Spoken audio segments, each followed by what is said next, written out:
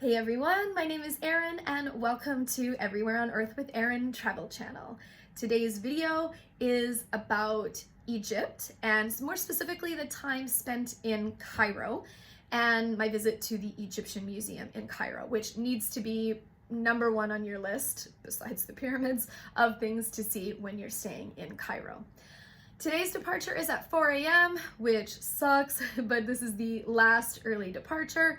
But what also sucks is this is the last day of the tour. So I am traveling with Timeless Tours, as I've mentioned before, and they're amazing. So they offer a variety of tour options, different days, how many days they are, different time you spent in each location. So what happened was there's 5 of us from the original tour that are left to go to Cairo, and we join with another group and we get a new tour leader. Now this becomes like a massive pain in the ass. I love doing tours, but there was some issues today with that. Our guide for today is George, and he's all right. I think he could have handled the situation that arose a little bit better.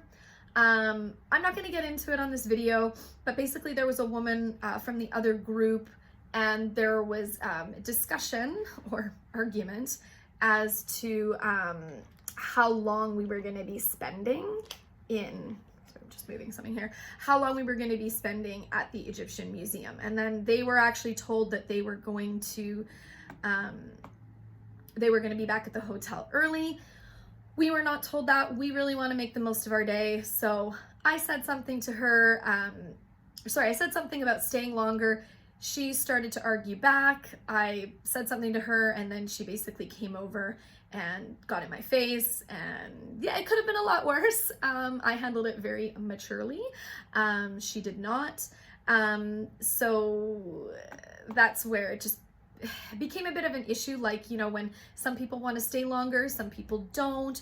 What does this tour entail? How much time do we get? So anyways, this ended up cutting our day a lot shorter than it should have been, which really sucks, but you know, that's what happens, I guess, sometimes. But anyways, our first stop today is the Egyptian Museum. So it was built in 1901, and it houses a really extensive collection of ancient Egyptian antiquities. There are tons on display, but there are also so much that is not on display. So you can just imagine the scope of everything that they found.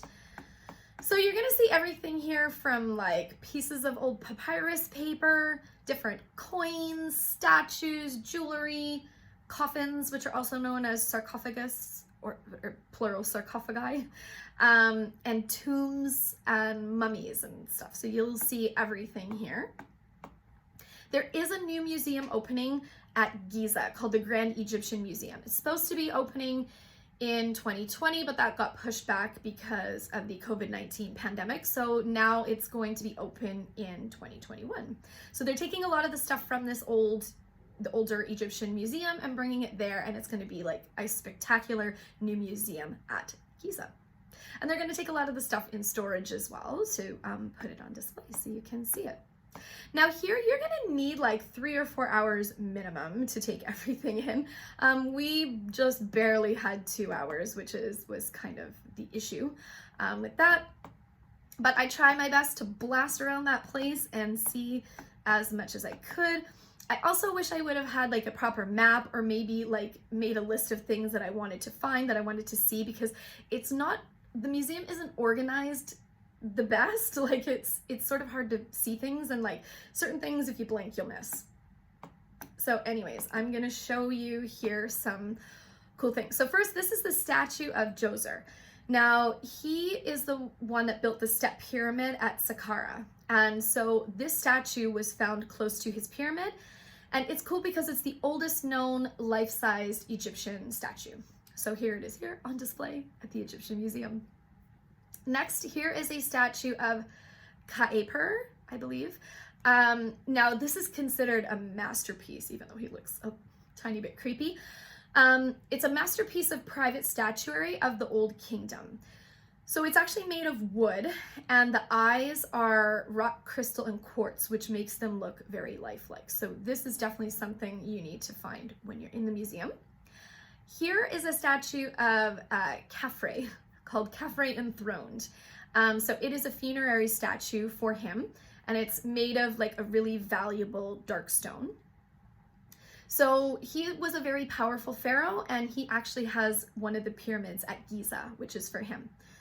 And now Horus, who is in the shape of a falcon, is actually behind him. You can only see it if you go to the side, and it's protecting his head with his wings. So this is a really cool item to see. It's in one of the side rooms off the main walkway. This one here, thought it was pretty cool because this is my girl, my favorite queen, Hatshepsut. This is a limestone head of her likeness, and it was found at her temple in Luxor by the Valley of Kings.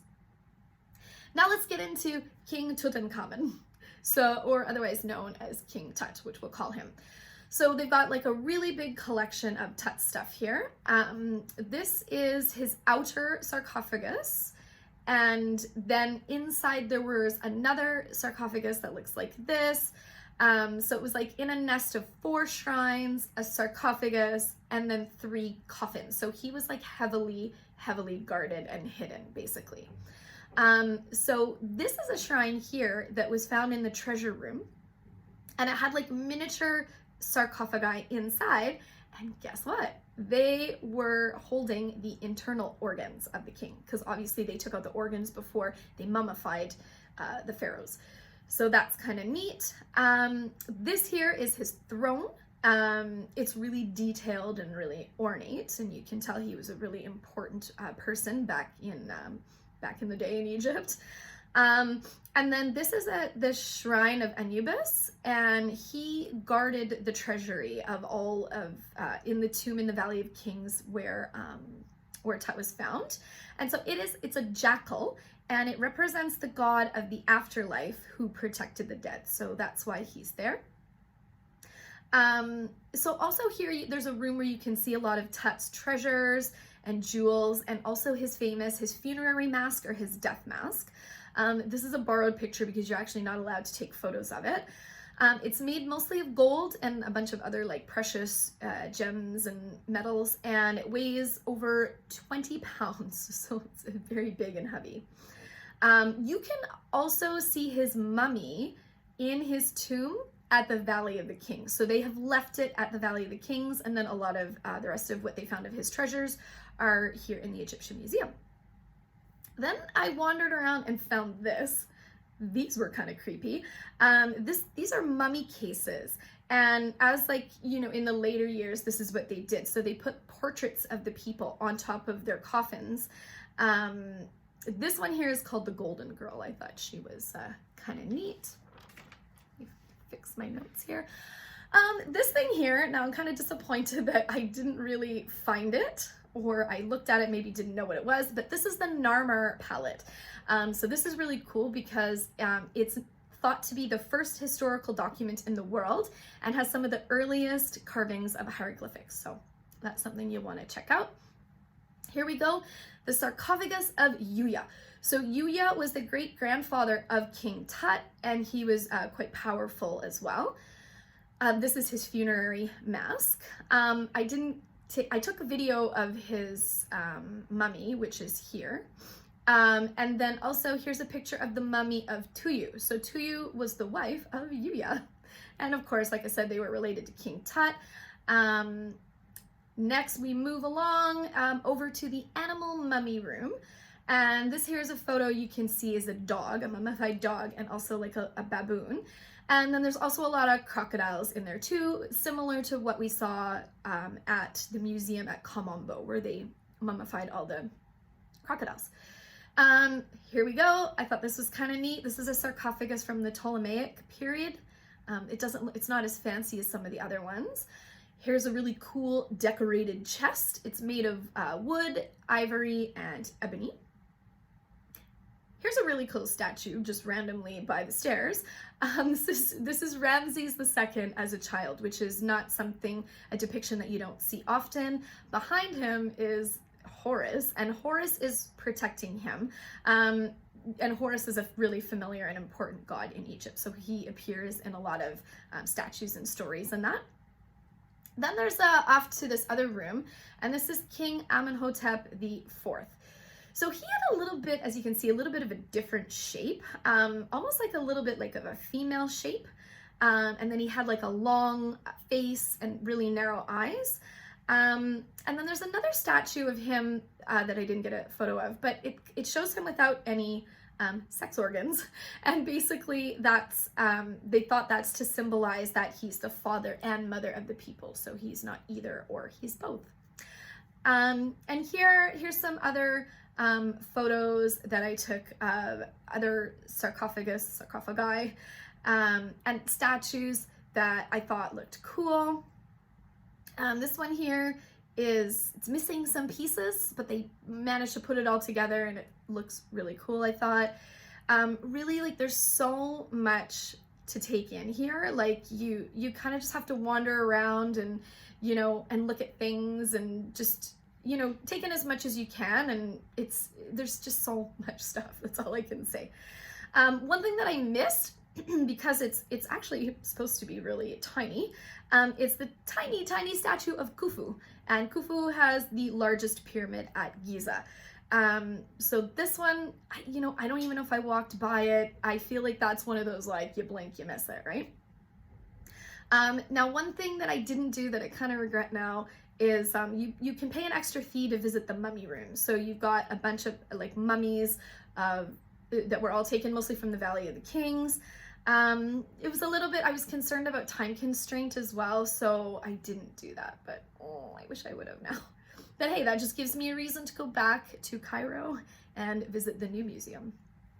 Anyways, I'm gonna end that now. That was the 2 hours, very short 2 hours that I spent at the Egyptian Museum. If you want to read more about my blog, I went into more detail about it on this video, but I do have my blog here, everywhereonearthwitherin.com, so you can check that out. And for now, everybody, take care. See you soon.